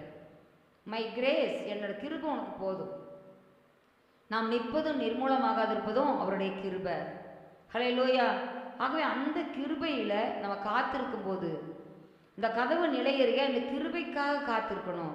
அந்த கிருபை நாள்தோறும் புதியதாக இருக்கிறது. கர்த்தருடைய கிருபை எப்படி இருக்குதா? அது ஒரு நாள்தோறும் புதியவைகளாய் இருக்கிறது. அவர் இரக்கங்களுக்கு முடிவே இல்லை, அன்புக்கு அளவே இல்லை. அவருடைய கிருபை தினமும் அனுதினமும் புதிய புதிய கிருபை ஆண்டவர் தர்றார். ஹல்லேலூயா. நேற்று தந்த கிருபை இன்னைக்கு இல்லை, இன்னைக்கு தந்த கிருபை நாளைக்கு இல்லை, தினமும் புது புது கிருபைகளை தர்றார். ஹல்லேலூயா. நோவாவர் ஆண்டவரோடு சஞ்சரித்துட்டு இருந்தாரு. அந்த வசனம் என்ன சொல்லுது? நோவாவுக்கோ கர்த்தருடைய கண்களில் கிருபை கிடைத்தது. மரியாள் ஆண்டவரோட எப்போ நல்ல அந்யோன்யமாக நல்லா இருந்தாங்க, நல்ல பிள்ளையா இருந்தாங்க. அந்த கன்னியை பருவத்தில் ஆண்டவர் அவங்களுடைய அறையில் புகுந்து என்ன சொன்னாங்க? கிருபை பெற்றவளே வாழ்க. ஹல்லேலூயா. ஆக அந்த கிருபையை நம்ம பெற்றுக்கொள்ள வேண்டும். அந்த கிருபை தகுதி இல்லாத மனுஷனுக்கு கிடைக்கக்கூடிய அந்த தயவுக்கு பேர் தான் கிருபை. ஹல்லேலூயா. நாம் அந்த கிருபையை, இந்த ரட்சிப்பை பெற்றுக்கொள்கிறோம். எவ்வளோ வேணும் தகுதியற்றவர்களாக இருந்தோம். ஆனால் தகுதி இல்லா அடிமை என்னை நினைக்கிறீர், தாங்கி தாங்கி வழி நடத்தி மகிழ்கிறீர். எங்கோ நான் வாழ்ந்தேன், அறியாமல் அலைந்தேன், என் நேசர் என்னை தேடி வந்தீரே என்று அழகாக அந்த வரிகள் எல்லாம் பாருங்க, எவ்வளோ அழகாக இருக்குது. நம்ம ஆண்டவர் அந்த கிருபையினால நம்ம தாங்குகிறாரு. நாளும் நித்தம் நித்தம் தாங்கும் கிருபை, நம்மை உயர்த்தும் கிருபை, நம் வழி நடத்தும் கிருபை, நம்மை உயிர்ப்பிக்கும் கிருபை, நம்ம எல்லா வகையிலும் நம்மளை பயன்படுத்தும் கிருபை. ஹல்லேலூயா. அந்த கிருபைக்காக நாம் காத்திருப்போம். அடுத்ததாக சங்கீதம் 42:11 வாசிக்கும் போது என்ன சொல்லப்பட்டிருக்குதுன்னா, தேவனுக்கு காத்திருக்க வேண்டும். அந்த இடத்துல அந்த வசனத்தை வாசிங்க. ஏன் எனக்குள் தீங்குகிறாய்? தேவனை நோக்கி காத்திரு. என் முகத்திற்கு ரட்சிப்பும் என் தேவனுமா இருக்கிறவரே நான் இன்னும் துதிப்பேன். ஹல்லேலூயா. ஆத்துமாடு சொல்றார், நீ தேவனை நோக்கி காத்திரு. அங்கிருந்து தான் உனக்கு என்ன வரும்? கிருபை வரும். தேவனுக்கு காத்திரு. தோ வேலைக்காரரின் கண்கள் எஜமானின் கையை நோக்கி இருக்குமா போலவும், வேலைக்காரிகளின் கண்கள் எஜமாட்டின் கையை நோக்கி இருக்குமா போலவும், எங்கள் தேவனாகிய கர்த்தர் எங்களுக்கு இரக்கம் செய்யும் வரைக்கும் எங்கள் கண்கள் உண்மையே நோக்கி இருக்கிறது. ஹல்லேலூயா. அவர் சமூகத்திலிருந்து மட்டும்தான் நமக்கு இரக்கம் வரும். நன்மையான எந்த ஈவும் பூரணமான எந்த வரமும் பரத்திலிருந்து ஜோதிகளின் பிதாவினிடத்திலிருந்து தான் இறங்கி வருகிறது. வடக்கிலும் தெற்கிலும் கிழக்கிலும் மேற்கிலும் இருந்து ஜெயம் வராது. எல்லாம் மாயை, எல்லாம் மாயை தான். நம்மளுக்கு ஒத்தாசி வரும் பர்வதமே நமக்கு மேலே தான். அங்கே மட்டும் நம்ம நோக்கி பார்த்தா தான் நம்மளுக்கு விமோச்சனமே. வேற நம்ம அங்கேயும் இங்கேயும் நம்ம பார்த்துட்டோம்னா ஏமாந்து தான் போவோம். ஆண்டவர் சமூகத்தை நோக்கி பார்ப்போம். எல்லா ஆசீர்வாதங்களும் ஆண்டவர் சமூகத்திலிருந்து தான் வரும். ஹல்லேலூயா. ஆகவே அப்படிப்பட்ட ரட்சிப்பு யாருக்கெல்லாம் கிடைக்குது அப்படின்னு பார்த்தோம்னா, சகைவனுக்கு இருந்தான். ஒரு தனி மனிதன், அவன் ஆண்டவர் எப்படிப்பட்டவரோ அப்படின்னு பார்க்கறதுக்கு அவன் மனசில் ஒரு ஆசை இருந்தது. ஆண்டவர் எப்படிப்பட்டவர், அவர் என்னென்ன குணாதிசயங்களை உடையவர், அவர் என்னென்ன அற்புதங்கள் எல்லாம் செய்கிறார். அவனுக்கு அநேக வேலை இருந்தது. டேக்ஸ் வாங்குறதுக்கு எத்தனையோ வேலை இருந்தது. வேலை பொழப்பெல்லாம் இல்லை, அநேக வேலைகள் இருந்தது. அத்தனை வேலைகள் மத்தியிலும் எல்லாரும் என்னென்னமோ சொல்கிறாங்களே, ஆகா ஓகோங்கிறாங்களே இந்த இயேசுவானவரை பற்றி. நானும் எப்படியாவது போய் பார்ப்பேன். அப்புறம் பார்க்கணும்னு நினச்சவனுக்கு அவனுக்கு ஒரு எண்ணம் வந்தது, நம்ம பார்க்கணுன்னு ஆசைப்படுறது நல்லது தான், ஆனால் என்னால் போய் என்ன செய்ய முடியாது, அவரை பார்க்க முடியாது. அதுக்கு நம்ம ஏதாவது ஐடியா பண்ணணுமே. அவர் இந்த தடத்தில் தான் வர்றாராமா. வரும்போது நம்ம என்ன செய்யலாம், எப்படி பார்க்கலாம்? கூட்டம் நிறையா இருக்கும், எல்லாரும் நம்மளை விட ஹைட்டாக இருக்கிறாங்க, எல்லாம் நம்மளை மறைச்சிக்குவாங்க. அதே போல் கூட்ட நெரிசல் நம்மளை போட்டு முதிச்சாலும் கூட நமக்கு தெரியாது. அதனால நம்ம என்ன பண்ணலாம், ஒரு ஐடியா பண்ணலான்னு சொல்லிட்டு அந்த காட்டத்தி மரத்தில் போய் ஏறி உட்காந்துட்டார். பார்த்து ஆண்டவர் எப்படிப்பட்டவரோ எல்லாம் யாருக்கும் தெரியக்கூடாதப்பா அப்படின்னு சொல்லிட்டு அது ஒரு கருத்து. நம்ம போகிறது பாருப்பா, 1000 அயோக்கியத்தனம் பண்ணான், ஊரையே அரிச்சு உலையில போட்டான். இவன்லாம் வந்து இயேசுகிட்ட வந்து ஆசீர்வாதத்தை வாங்குறதுக்கு வந்திருக்கிறான் பாருன்னு 4 பேர் அதையும் பேசுவாங்கன்னு சொல்லிட்டு யாருக்கும் தெரியக்கூடாதுன்னு அந்த அத்திமர இலைகளுக்கு நடுவில் போய் உட்காந்துக்கிட்டான். மூஞ்சி மட்டும் தெரியுது. ஆனால் ஆண்டவர் அவனுடைய மாஞ்சியை பார்த்துட்டார். சரி சரி, நீ எப்பவும் காசு பணம் துட்டு இதைத்தான் பெருசாக அப்படியே அது மேலேயே பொருட்கள் மேலேயே கண்ணு வச்சவன் இன்னைக்கு என் மேலே ஒரு கண்ணு வைக்கணுன்ட்டு வந்திருக்கிற. ஆனால் நான் உனக்கு ஒரு ஆசீர்வாதத்தை கண்டிப்பாக தரணும் அப்படின்னு சொல்லிட்டு ஆண்டவர் அவன் மேலே ஒரு கண்ணை வச்சார். அவன் மேலே ஒரு கண்ணை வச்சார். உடனே இறங்கி வாப்பா, ஏன் கஷ்டப்பட்டு மேலே உட்காந்துருக்குற, வா உங்கூட நான் நடக்கிறேன், உங்கூட நான் உட்கார்றேன், உங்கள் வீட்டுக்கு வரேனப்பா அப்படின்ட்டார். இவனுக்கு ஒரே பக்குன்னு ஆகிப்போச்சு. அப்போ ஜனங்கள்லாம் என்ன செஞ்சிருப்பாங்க, ஒருத்தருக்கு ஒருத்தர் மூஞ்ச பார்த்துருப்பாங்க.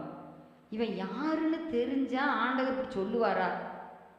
இவன் எப்பேற்பட்ட மனுஷன், பாவியிலும் பிரதான பாவி, இவங்க வீட்டுக்கு போகிறேன்னு ஆண்டவர் சொல்கிறாரு அப்படின்னு அவங்கவுங்க இப்படி முணுன்னு பேசுகிறத பார்த்துருப்பான். உடனே சொல்லிட்டேன், ஆண்டவரே நான் ஆஸ்திகள் நான் வாங்கியிருந்தா அதை ஏழைகளுக்கு பாதி கொடுத்துட்றேன், ஒருத்தங்கிட்ட 2 தனியாக வந்திருந்தா நான் 4 தனியாக திருப்பி கொடுத்துட்றேன், எல்லா பாவ அறிக்கையும் போகிற வழியே சொல்லிட்டான். அது சொல்லியிருக்குது சங்கீத 2ஆம் அதிகாரத்தில், குமாரன் கோபம் கொள்ளாமலும் நீங்கள் வழியிலே அழியாமலும் இருக்கும்படிக்கு இப்போதே அவருடைய பாதத்தை முத்தம் செய்யுங்கள். அப்போ அவன் ஆண்டவருக்கு கோபம் உங்களக்கூடாதுங்கிறத அவன் வழியில் போகும்போதே நல்மணம் பொருந்திடணும். இப்போ வீட்டுக்கு போகும்போது எப்படிப்பட்ட மனதோட போகிறோம், அந்த வழியிலேயே எல்லா பாவத்தையும் எரிஞ்சிட்டு போயிட்டான். குப்பை எறிகிற மாதிரி உள்ளத்திலிருந்து எல்லாத்தையும் புடி எரிஞ்சிட்டான். அப்படியே சுத்தமாக போகிறான் வீட்டுக்கு போகும்போது. ஆண்டவர் இல்லத்தை மட்டும், அங்கே இருக்கக்கூடிய சுத்தத்தை மட்டும் ஆண்டவர் பார்க்கறதில்ல. நம்ம இதயம் சுத்தமாக இருந்தால் போதும், அந்த இடத்துல ஆண்டவர் அந்த ஆசீர்வாதத்தை கொடுத்துட்றாரு. இன்றைக்கு இந்த வீட்டுக்கு ரட்சிப்பு வந்தது. நீ விசுவாசி, அப்பொழுது உன் வீட்டாரும் ரட்சிக்கப்படுவாங்க. சிறைச்சாலை கைது அப்படிதான் செஞ்சான். அவன் ஒருத்தன் தான் ரட்சிக்கப்பட்டான். அவனும் அவன் குடும்பத்தில் உள்ளவங்க எல்லாரும் அன்னைக்கு ஆண்டவர் ஏற்றுக்கொண்டாங்க. ஹல்லேலூயா. லீதியால் அப்படித்தான். ஆற்றங்கரையில் அவன் மட்டும்தான் ரத்தாமரை வைக்கும்போது பவுனுடைய பிரசங்கத்தில் ரட்சிக்கப்பட்டான். ஆனால் அவங்க குடும்பம் முழுவதும் என்ன செஞ்சுட்டாங்க, ரட்சிக்கப்பட்டுட்டாங்க. ஹல்லேலூயா. அப்படியாக ஆண்டவர் பாருங்க, வாஞ்சை மட்டும் இருந்தால் போதும், ஆண்டவர் அந்த ரட்சிப்பை நம்ம கொடுக்குறாரு. தனிப்பட்ட மனிதனுக்கும் தர்றாரு, குடும்பத்துக்கும் தர்றாரு. ஆனால் சில இடங்களில் பார்த்தீங்கன்னா அந்த ரட்சிப்பை கொடுக்கறதுக்கு ஆண்டவர் சில இடங்களுக்கு போகிறாரு. ஆனால் அந்த ஜனங்க என்ன செய்யறதில்ல, அவரை ஏற்றுக்கொள்றதில்லை. தெக்கப்போலிக்கு அப்படி தான் போனார். அங்கே போகும்போதே அவருடைய ஷெட்யூலில் கணக்கில் வச்சுருந்தார். நீண்ட நாளாக அந்த இடத்துல ஒருத்தன் எல்லாரையும் கல்லறையில் உட்காந்துட்டு காயப்படுத்திட்டு இருக்கிறான், வஸ்திரம் இல்லாமல் ஒருவராலும் அடக்க முடியாமல் இருக்கிறான். அவனை ஃபஸ்ட்டு என்ன செஞ்சிடணும், அவனை விடுதலை செய்யணும்னு சொல்லிட்டு ரட்சிப்பை முதல்ல அவனுக்கு கொடுக்கணுன்ட்டு தான் போகிறாரு. அவர் தூரத்துலேருந்து வரும்போதே அந்த ஆவி கட்டளை கொடுத்துட்டார். அது ஒன்றே சொல்லுது, தேவனுடைய குமாரன் எனக்கும் உமக்கும் என்ன, என்னை சேதப்படுத்துவாங்க வந்தீர் அப்படின்னு கேட்குறான். அப்போ இவன் பேசாமல் வந்துட்டு போன்னு சொல்லும்போது அது ஒரு ரெக்வஸ்ட் வைக்குது, ஆண்டவரை எங்களை அனுப்புனதுனா பன்னிக்கூட்டத்தில் அனுப்புங்கப்பா. உடனே ஆண்டவர் நினச்சிட்டார், சரி உன்னோட ஆசையை நிறைவேற்ற. பாருங்க, சாத்தான் ஆண்டவர்கிட்ட ஜெபிக்கும் போதே சத்தத்தை கேட்குறாரு. அப்போ தேவ பிள்ளைகளை நம்ம கேட்கும்போது ஆண்டவர் கேட்க மாட்டாரா? விருப்பம், சாத்தானுடைய விருப்பத்தை ஆண்டவர் நிறைவேற்றுறாரு. அப்போ தேவ பிள்ளையாகி நம்மளுடைய விருப்பத்தை ஆண்டவர் சொல்லும்போது நிறைவேற்றாமல் இருப்பாரா? கண்டிப்பாக நிறைவேற்றுவார். அப்போ அந்த இடத்துல போகும்போது பாருங்க, பன்னியெல்லாம் போய் விழுந்துருச்சு, அவனும் சுகத்தை பெற்றுட்டான். ஆனால் அந்த ஊர் ஜனங்க என்ன சொல்கிறாங்க, அந்த பன்னியெல்லாம் போய் விழுந்தது பார்க்குறாங்க. அந்த தூரத்தில் நிறைய ஆடுகள் மேய்த்துக்கிட்டு ஒருத்தர் இருக்கான். ஐயோ, அங்கே ஒரு 2000-3000 ஆடு மேய்ஞ்சிட்ருக்கு. அந்த பக்கம் பார்த்தா ஒரு 4000 ஆடு மேய்ஞ்சிட்ருக்கு. அங்கே தூரத்தில் பார்த்தா ஒட்டகம் மேய்ஞ்சிட்ருக்குது. அப்படிலாம் இருக்கிறத பார்த்துட்டு இங்கே பார்த்தா கோழியெல்லாம் ஒரு இடத்துல வளர்த்துறாங்க. எல்லாம் பார்த்தா ஐயோ, ஒருத்தங்கிட்ட பிசாசு துரத்தியே 2000 பண்ணி போய் கடலில் விழுந்துருச்சு. இனி அடுத்து இந்த ஊருக்கு விட்டா நிறைய பேர் இந்த மாதிரி தான் பிசாச்சு கூட சுற்றிட்டு இருக்கிறான். ஐயோ, அடுத்து அந்த பிசாச்சு மாட்டுக்கிட்ட போகிறேன்னு சொல்லிச்சுன்னா மாடெல்லாம் போயிடும். இது ஒன்று ஆட்டு கேட்டுதுன்னா ஆடெல்லாம் போயிடும். அதை மக்கள் அதை உணர்ந்துக்கிட்டான், சுதாச்சிட்டான். ஐயோ, அந்த பன்னி இழந்த மாதிரி நம்ம இந்த விலங்குகளை இழந்துடக்கூடாதுன்னு என்ன செஞ்சுட்டாங்க, நீங்கள் இந்த எல்லையை விட்டு போயிருங்கன்னு சொல்லிட்டான். அப்போ சொல்லும்போது ஆண்டவர் என்ன சொல்கிறாரு, ஆண்டவரே நான் உம்மோடவே வர்றேன்ப்பா அப்படின்னு அந்த லேகியோன் கேட்குற போது ஆண்டவர் சொன்ன, நீ இல்லை, நீ உன் சகோதரத்தில் போய் அங்கே போய் நீ சொல்லு. இப்போ பாருங்க, ஆண்டவர் ரட்சிக்கப்படும்படியா அந்த ரட்சிப்பை அந்த ஜனங்களுக்கு சொல்ல முடியாது. அந்த இடத்துல இரும்பு திரை வந்தாலும் கூட ஆண்டவர் அந்த திரைக்குள்ளே நுழையிறதுக்கு ஒருத்தன் ஆண்டவர் ஏற்படுத்தி போயிட்டார். ஹல்லேலூயா. பாருங்க, அந்த தெக்கப்போலிக்கு போய் இவன் போய் சுவிசேஷம் சொல்லியிருப்பார். அந்த தம்பி போய் அந்த லேகியோன் போய் இப்படிலாம் போய் சொல்லும்போது அவன் சொல்லவே தேவையில்லை. இவன் வஸ்திரமெல்லாம் சுற்றிட்டு இருந்தவன் இன்னைக்கு வஸ்திரத்தோட நல்லா பேண்ட் ஷூட் போட்டுட்டு அப்படியே ஒரு அந்த தெருவில் 2 நடந்தா போதும், எல்லாரும் என்ன பண்ணியிருப்பாங்க, ஐயோ பரவாயில்ல, உன்னை இப்படி மாற்றின சாமி எனக்கு வேணும்ப்பா, ஏற்றிருப்பாங்க. அவ்வளோதான், அவன் சத்தியமெல்லாம் சொல்லவே தேவையில்லை. நிர்வாணமாக சுற்றிட்டு இருந்தவன் இப்போ அழகாக நீட்டாக ட்ரெஸ் பண்ணிட்டு போகிறான். இந்த அற்புதத்தை யாருப்பா செஞ்சது அவன் வாழ்க்கையில்? இவ்வளோ நாளாக நம்ம என்னென்னமோ பண்ணணும், எத்தனவோ தந்திரம் எல்லாம் பண்ணி பார்த்தோம், எதுவுமே அவனுக்கு நடக்கலையே. இப்போ இந்த சீக்கிரம் ஒரு செகண்டில் இவனுக்கு இந்த சுகம் எப்படி கிடச்சிது? அந்த கடவுள் நமக்கு வேணும் அப்படின்னு சொல்லிட்டு எல்லாருமே அந்த தெக்கப்போலி நினச்சிருப்பாங்க. லேகியன்ட்டு வந்து கேட்டு ஆண்டவர் எல்லாத்துக்கும் இன்ட்ரோடியூஸ் பண்ணியிருப்பான். ஹல்லேலூயா, ஹல்லேலூயா. அப்படி தான் சமாரியாவுக்குள்ள யாரும் போக மாட்டாங்க. ஆனால் அவர் ஓரத்தில் தேர்வு, அந்த ஊர் ஓரத்தில் இருக்கிற கிணத்துக்கு போய் உட்காந்துக்கிட்டார். அந்த பொண்ணு வந்தது, அவளுக்கு ரட்சிப்பு கொடுத்தாரு. அவங்க என்ன செஞ்சிட்டா, எல்லாத்துக்கும் போய் சுவிசேஷம் சொல்லிட்டு வந்துட்டா. ஹல்லேலூயா. இப்போ பார்த்தீங்களா எவ்வளோ ஒரு ஆண்டவர் ஆச்சரியத்தர்றாரு. 38 வருஷமா ஒருத்தர் பெதஸ்தா குளத்தில் படுத்துருக்குறான். அவனுக்கு எப்படியாவது ரட்சிப்பு கொடுக்கணும், வியாதியிலேருந்து ரட்சிப்பு கொடுக்கணும், அவன் பாவத்திலேருந்து ரட்சிப்பு கொடுக்கணும். ஆண்டவர் அவருக்கு முன்னால், ஆண்டவர் பிறக்கிறதுக்கு முன்னாலே அவன் பிறந்துட்டான். ஆனால் ஆண்டவர் உலகத்தோட்டத்துக்கு முன்பாகவே அவர் இருக்கிறார். அதனால அவனுக்கு தெரியும் எங்கெங்கே யார் யார் எங்கே படுத்திருக்கிறா, என்ன செய்கிறா, என்ன நிலைமையில் இருக்காங்க, எல்லாம் ஆண்டவருக்கு தெரியும். யார் அவனுக்கு ஆண்டவருக்கு போய் சொல்லல, ஆண்டவரே பெதஸ்தா குளத்தில் ஒருத்தர் லெட்டர் போட்டிருக்கிறான், ஆண்டவரே நம்ம இன்னைக்கு போகலாம், இன்னைக்கு நம்ம ஷெட்யூல்டு அங்கே தான். யாராவது சீசர்கள் சொன்னாங்களா ஆண்டவர்கிட்ட? எதுவும் சொல்ல, நேராக போனார். போய் அங்கே போய் அவனுக்கு சுகத்தை கொடுத்தாரு. ஹல்லேலூயா. இப்போ அவன் மூலமாக என்ன செஞ்சிருப்பாங்க, அவன் சுகம் அடைஞ்சு அவன் வீட்டுக்கு போயிட்டான். 38 வருஷமாக படுத்திருந்தானையா, இப்போ பாரு குதிச்சு எழுந்தி மான்குட்டியோட துள்ளிட்டு திரிகிறான். என்ன ரகசியம்? அவன் சுவிசேஷம்னா சொல்லவே தேவையில்லை, அவனே ஒரு நிறுவனமாக மாறிட்டான். ஹல்லேலூயா. இப்படியாக பார்த்தீங்கன்னா ஆண்டவர் செய்த அற்புதங்கள் அடையாளங்கள் எல்லாமே மிகவும் ஆச்சரியம். இன்னைக்கு சும்மா அப்படியே நம்ம ஒருத்தருக்கு போய் ஒரு சத்தியத்தை சொல்லணும், சுவிசேஷம் சொல்லணும்னா அதுக்கு ஏகப்பட்ட பிரசவ வேதனையே படுறோம். ஆனால் அந்த காலத்தில் பாருங்க எவ்வளவு ஆண்டவர் ஈஸியாக அங்கங்கே ஒரு மனுஷனை ஏற்படுத்தி, அங்கங்கே ஒருத்தரை தொட்டு, அங்கங்கே ஒருத்தரை எழுப்பி ஆண்டவர் ஈஸியாக சுவிசேஷத்தை சொல்ல வச்சார். ஹல்லேலூயா. அப்படியே பாருங்க, ரட்சிப்பு அவ்வளவு ஆச்சரியமாக இருக்குது. ஆண்டவர் ரட்சிப்பை, விலையேற்பட்ட ரட்சிப்பை அவ்வளோ ஈஸியாக ஆண்டவர் எல்லாத்துக்கும் கொடுக்குறாரு. ஆகவே நம்ம இலவசமாய் பெற்றீர்கள், இலவசமாய் கொடுங்கள்னு ஆண்டவர் சொல்கிறார். ஆகவே இந்த பெற்றுக்கொண்ட ரட்சிப்பை நம்ம இலவசமாக கொடுப்போம். வியாதியில் இருக்கிறவங்களுக்கு சுகத்தை ஆண்டவர் நாமத்தினால கொடுப்போம். பேதுரும் யோவானும் எங்களிடத்துல ஒன்றும் இல்லை, எங்ககிட்ட இருக்கிறத உனக்கு கொடுக்குறோம் நாங்கள். அது மாதிரி நம்மகிட்ட இருக்கிறத மற்றவங்களுக்கு கொடுப்போம். நம்ம ஆண்டவர்கிட்ட தேவ சமாதானத்தை பெற்றுக்கிறோம்ல, அந்த சமாதானத்தை மற்றவங்களுக்கு கொடுப்போம். நம்ம ஆண்டவர்கிட்ட நல்லா அன்பை பெற்றுக்கிறோம்ல, அன்பை மற்றவங்களுக்கு கொடுப்போம். அதே போல் ஆண்டவர்கிட்ட நம்ம நல்ல சுகத்தை பெற்றுக்கிறோம், அந்த சுகத்தை ஆண்டவர்கிட்ட அவங்க மக்களுக்கு கொடுப்போம். வேத அறிவை பெற்றுக்கிறோமா, அந்த வேத அறிவை வசனத்தை மற்றவங்களுக்கு கொடுப்போம். இப்படியாக ஆண்டவர் சமூகத்தில் நம்ம செய்யும்போது நிச்சயமாக ஆண்டவர் என்ன செய்வார், நம்மை ஆசீர்வதிப்பார். வாசற்படியில் நித்தம் விழித்திருக்கிறவர்கள் ஆசீர்வாதம். கதவு நிலையருகே காத்திருந்து ரட்சிப்புக்கு, கிருபைக்கு, தேவனுடைய இரக்கங்களுக்கு, தேவனுக்கு அவருடைய எல்லா விதமான கிருபைகளுக்கு காத்திருக்கிற பிள்ளைகளுக்கு ஆண்டவர் நிச்சயமாக என்ன செய்வார், ஆசீர்வாதம் தருவார். அடுத்தது பாருங்க, கடைசியாக எனக்கு செவி கொடுக்குற மனுஷன் பாக்கியவான். காத்திருந்து கடைசியில் என்ன செய்யணுமா, செவி கொடுக்கணும். ஹல்லேலூயா. ஏன்னா வேதத்தை கேளாதவனுடைய ஜெபமும் அருவருப்பானது வேதம் சொல்லுது. நல்லா ஜெபம் பண்ணுறேன் ஆனால் பைபிள் படிக்கிறதுக்கெல்லாம் டைம் இல்லை அப்படின்னு சொல்லக்கூடாது. வேதத்தை படிக்கணும், ஜெபமும் பண்ணணும், ஆண்டவர் சொல்கிற வசனத்தை கேட்கணும், செவி கொடுத்து கேட்கணும். செல்வத்தில் செல்வம் செவி செல்வம், அதுதான் மிகவும் சிறந்த செல்வம். அதையும் நம்ம கேட்கணும்.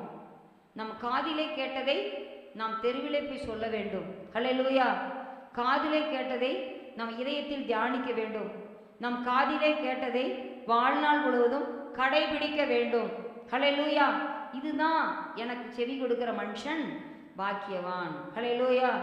இந்த தீர்க்கதரிசன புஸ்தகத்தை வாசிக்கிறவனும் அதை கேட்கிறவனும் அதை கை கொள்ளுகிறவனும் பாக்கியவான்கள். எங்க இருக்குது அந்த வசனம்?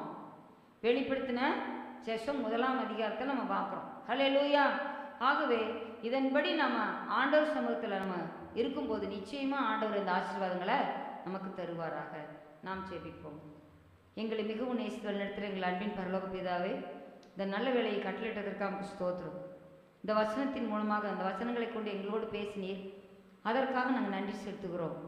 ஆண்டவரே, நீர் எப்படி பிதாவின் சமூகத்தில் நித்தமும் நீர் ஆண்டவரே பேசிக்கொண்டே இருந்தீரப்பா. உமக்கும் பிதாவுக்கும் சிலுவையில் 4வது வார்த்தையை சொல்லும்போது ஒரு பிரிவினை வரும்போது நீர் கதறனீர், என் தேவனே என் தேவனே ஏன் என்னை கைவிட்டீர். இன்னைக்கு எத்தனையோ நாட்கள் கர்த்தருக்கும் நமக்கும் இடைவெளி எவ்வளவோ நாட்கள் இருக்கு. வாரத்துக்கு ஒரு முறை வேதத்தை கையில் எடுப்பதும் அதை வாசிப்பதும் ஆலயத்துக்கு செல்வதும் வருவதுமாக நாம் இருக்கிறோம். நாம் அந்த கவலை நமக்கு இருக்கிறதா? அந்த ஒரு சில மணித்துளிகள் பிதாவுக்கும் அவருக்கும் அந்த இணைப்பு துண்டிக்கப்பட்டதை அவர் எவ்வளவாய் கருதினார். ஏன் என்னை கைவிட்டீர் என்று சொல்லி மிகுந்த சத்தமாய் கூப்பிட்டாரு.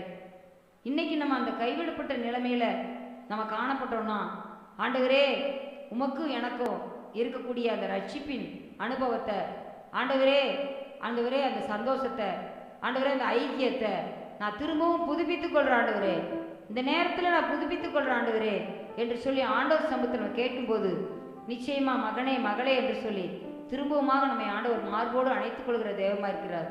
திரும்பவும் அவர் நம்மோடு வந்து போஜனம் பண்ணுகிற தெய்வமா இருக்கிறார். நம்மை உயர்த்துகிற தெய்வமா இருக்கிறார். நம்மை காப்பாற்றுகிற தெய்வமா இருக்கிறார். நம்மை வழிநடத்துகிற தெய்வமா இருக்கிறார். அப்படிப்பட்ட தேவன்கிட்ட இந்த நேரத்தில் நம்மை அர்ப்பணிப்போமா? நம் வாழ்க்கையில நாம் நித்தமும் அவருடைய வாசல்ல விழித்திருந்தோமா? நித்தமும் அவர் சமூகத்துல நம்ம ஆசீர்வாதங்களுக்காக காத்திருந்தோமா? நித்தமும் அவருடைய வசனத்துக்கு செவி கொடுக்கிறவர்களா இருந்தோமா என்று சொல்லி நம்மை சீர்தூக்கி பார்ப்போம். அப்படி இல்லாமல் இருந்தால் இந்த நாளிலே ஒரு தீர்மானம் எடுப்போம். ஆண்டவரே, இனி நித்தமும் நான் இந்த காரியத்தை செய்வேன். ஆண்டவரே, நீர் எப்படி நித்தமும் பிதாவினுடைய மனமகிழ்ச்சியாய் செல்ல பிள்ளையாய் அவருடைய மடியில வீற்றிருந்தீரோ, அதுபோல நானும் உமக்கு நித்தமும் மனமகிழ்ச்சியாய் உம்முடைய சமூகத்திலே காணப்படுவேன். ஆண்டவரே, நித்தமும் நான் தேடுவேன். ஆண்டவரே, நித்தமும் ஜெபிப்பேன். நித்தமும் நான் வேதத்தை வாசிப்பேன். நித்தமும் ஊழியம் செய்வேன். நித்தமும் உம்முடைய சித்தம் செய்து இந்த உலகத்தில் ஒரு வாழ்க்கை வாழ்ந்து முடிப்பேன் என்று சொல்லி தீர்மானம் எடுத்த ஒவ்வொருவரையும் ஆண்டவர் ஆசீர்வதிக்கிறார். நாம் எடுத்த தீர்மானத்திலே கடைசி வரை நிலை நிற்போம். ஏனென்றால் முடிவிருந்த நிலை நிற்பவனே ரட்சிக்கப்படுவான். அப்படிப்பட்ட ரட்சிப்பை நாம் பெற்றுக்கொண்டு ஆண்டவருக்கு பிரியமான பிள்ளைகளாய் என்றென்றும் யுகா யுகமாய் ஆண்டவருடைய சமூகத்தில் இட்டர்னல் லைஃப் வாழ ஆண்டவர் நம்மை ஆசீர்வதிக்கட்டும். இந்த நேரத்தில் எங்களை ஆசீர்வதித்த கிருபைகளை நினைத்து நமக்கு நாங்கள் நன்றி செலுத்துகிறோம். இன்னும் தொடர்ந்து நாங்கள் ஏறெடுக்கும் ஜெபங்களில் நீர் எங்களோடு கூட இருந்து எங்களை ஆசீர்வதிங்க. ஆண்டவரே, துதிகான மகிமை எல்லாமே செலுத்துகிறோம். இயேசு கிறிஸ்துவின் மூலம் ஜெபங்களும் ஜீவன நல்ல பிதாவே, ஆமென்.